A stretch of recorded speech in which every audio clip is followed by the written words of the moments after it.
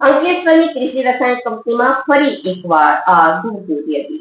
ગત વહેલી સવારે લાગેલી આગ કંટ્રોલમાં આવ્યા બાદ પુનઃ મોડી સાંજે આગ લાગ્યા બાદ પુનઃ સવારે આગ લાગી હતી. છેલ્લા 24 કલાકમાં ત્રણ વાર સોલ્વન્ટના જથ્થાને લઈ આગ ભભૂકી ઉઠી હતી. હજુ પણ સ્થળ તપાસ કરવા પ્લાન્ટમાં જવું મુશ્કેલ બન્યું છે. તંત્ર દ્વારા ક્લોઝર નોટિસ આપવાની પ્રક્રિયા શરૂ કરાઈ હતી. અંકલેશ્વરના પાનોલી જીઆઈડીસીમાં આવેલી કૃષિ રસાયણ કંપનીમાં આજે સવારે ફરી આગ લાગી હતી. કંપનીના પરિસરમાં સોલ્વન્ટ ભરેલા બેરલમાં આગ લાગતા થોડા સમય માટે અફરાતફરીનો માહોલ સર્જાયો હતો. ચીફ ફાયર ઓફિસર પ્રિતેશ પટેલે જણાવ્યું હતું કે ઘટનાની જાણ થતાં જ કંપની પર સ્ટેન્ડ બાય રાખવામાં આવેલા ફાયર ફાઇટરો તાત્કાલિક સ્થળ પર પહોંચી ગયા હતા. તેમણે ઝડપથી આગ પર કાબુ મેળવી લીધો હતો, જેના કારણે મોટી દુર્ઘટના ટળી હતી.